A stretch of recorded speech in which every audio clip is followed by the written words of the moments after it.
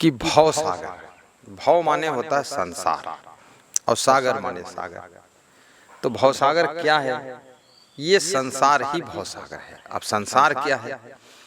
संसार दो प्रकार का है, सूक्ष्म संसार और स्थूल संसार। सूक्ष्म यानी काम, क्रोध, लोभ, मोह, अहंकार, ईर्ष्या, द्वेष, ये जो है सूक्ष्म संसार है। इसमें अगर हम रमण करते हैं तो हम सूक्ष्म संसार में डूबे हुए हैं। अब जब इसको स्थूल रूप में हम इसके क्रियाकलाप करते हैं तो हम फिर ये जो संसार आपको आंखों से दिखाई देता है, जैसे प्राणी है, पदार्थ है, सामान है, इनमें यदि आसक्ति है, ममता है, मोह है, तो मोह का सागर ही भव सागर है। काम वासना का सागर ही भव सागर है, लोभ का सागर ही भव सागर है। और जितनी ये संसार में आसक्ति है यही भव सागर है, और कोई भव सागर नहीं। और भव सागर से पार होने के लिए जो वैराग्यवान सद्गुरु हैं, ब्रह्मचारी सद्गुरु हैं, जो संयम नियम से रहते हैं, सद्गुरु केवल नाम लिख ले अपना सद्गुरु और औरत को गोद में लेकर घूमे और चुम्बी मारे, वो काहे का सद्गुरु? ढोंगी कहीं का। तो ऐसे आदमी को सद्गुरु नहीं, वो भोग गुरु है, भ्रष्ट गुरु है, और उसको मैं तो बिल्कुल मानता ही नहीं हूं। ये काहे का गुरु? उसको सद्गुरु नाम को भी कितने लोगों ने गंदा कर डाला।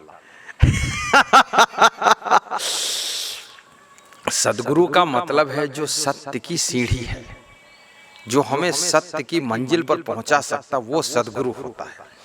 तो ऐसा सद्गुरु हो, उसके प्रति जो हमारा भाव है, प्रेम है, श्रद्धा है, तो अगर उसके प्रति हम श्रद्धा में डूबे हैं और भाव सागर में डूबे हैं, उसके भाव सागर में, उसके प्रेम सागर में, उसके आस्था के सागर में, उसकी भक्ति के सागर में, तो वही भक्ति का सागर ही हमको भव सागर से मुक्ति दिला देगा। क्योंकि उनका ज्ञान और उनका ध्यान और उनका संदेश हमारे को भव सागर से पार होने की शक्ति देगा। यानी काम, क्रोध, लोभ, मोह, ईर्ष्या, द्वेष, अहंकार, ये सूक्ष्म भव सागर को जीतने की शक्ति, युक्ति प्राप्त होगी उससे। तो ऐसे भवसागर से मुक्ति पाने के लिए हमको भक्ति करना आवश्यक है। ये प्रश्न जो है शिव जी से पार्वती जी ने स्कंद पुराण में भी पूछा था कि भवसागर से पार होने के लिए, मोक्ष प्राप्त करने के लिए क्या करना चाहिए। तो शिव जी ने कहा था, हे देवी, मोक्ष अगर प्राप्त करना है, भवसागर से पार होना है, तो इसके लिए और बहुत कुछ करने की आवश्यकता नहीं है। यथा परम कैवल्यम गुरु मार्गेण वैभवेत गुरु भक्ति कार्य सर्वदा मोक्ष कांक्षी भी। जो लोग मोक्ष की आकांक्षा रखते हैं, कैवल्य पद प्राप्त करना चाहते हैं, मोक्ष पाना चाहते हैं, भवसागर से पार होना चाहते हैं, उन्हें महान गुरु, ब्रह्मचारी गुरु, वैराग्यवान गुरु की भक्ति खूब करना चाहिए, सदैव करना चाहिए, श्रद्धा रखना चाहिए, उनका प्रवचन सुनना चाहिए, और उनके ज्ञान से ही तुम्हारा कल्याण होगा, उससे मोक्ष प्राप्त होगा, भवसागर से पार हो जाओगे। आज हमारे पास मथुरा से फोन आया था, श्री मुकेश सिंह जाट का फोन था, और उनकी धर्म पत्नी श्री सुमन देवी जाट। तो वे कह रहे थे कि जब से आपका प्रवचन सुना हूं, हर तरह से मेरा सुधार हुआ है, और हम पति पत्नी दोनों सुधरे हैं। उनकी पत्नी कह रही थी, हमारे अंदर चिड़चिड़ापन बहुत था, गुस्सा बहुत आती थी, मार जलवला जाती थी, और क्रोध बहुत आता था, उलझ जाती थी, अशांति हो जाती थी।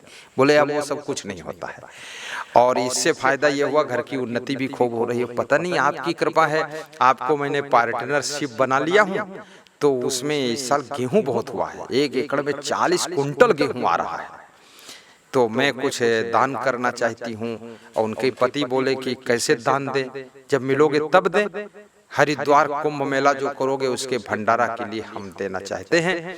तो हमने कहा कितना देना चाहते हो? बोले चावल भी दूंगा, तेल भी दूंगा, शक्कर भी दूंगा, गेहूं भी दूंगा। तो हमने कहा जितना देना चाहते हो उसका पैसा बना लो। बोले अकाउंट में डाल दो, चल जाएगा। तो हमने कहा अकाउंट में डाल दो, क्योंकि मथुरा से अगर ट्रक लेकर के या गाड़ी लेकर सामान तुम्हारा हरिद्वार जाएगी तो उसमें बहुत खर्चा आ जाएगा। लगेज खर्चा ही आ जाएगा, जितने सामान नहीं उतना तो किराया देना पड़ेगा। इसलिए वहीं हरिद्वार में आटा खरीद लेंगे, हरिद्वार में ही चावल खरीद लेंगे, हरिद्वार में ही तेल वेल ले लेंगे और वहीं भंडारा कर देंगे। यहाँ से ढोकर ले जाने से कोई मतलब नहीं निकलता है। तो अब ऐसी व्यवस्था है, तो ये सब हमको समझने की आवश्यकता है, तो हम भवसागर से पार हो सकते हैं। अब मेरा प्रवचन बहुत लोग सुनते हैं, करोड़ों लोग सुनते हैं। अब सभी लोगों के मन में सुधार हुआ है, स्वभाव में सुधार हुआ, चरित्र में सुधार हुआ, विचार में सुधार हुआ और सबकी उन्नति भी हुई, विकास हुआ, धनवान बने लोग, महान बने लोग और सब आगे बढ़ रहे हैं और खुश भी हो रहे हैं, प्रसन्नता मिल रही है, क्योंकि भवसागर से पार हो रहे हैं। यही काम को तो लोभ मोह, यही तो भवसागर है। तो इससे हमें पार होने के लिए कोई महान सदगुरु के चरणों में स्नेह जोड़ना चाहिए, उनके प्रवचन भी सुनना चाहिए। अब ये परखना तुम्हारा काम है कि महान सदगुरु कौन है।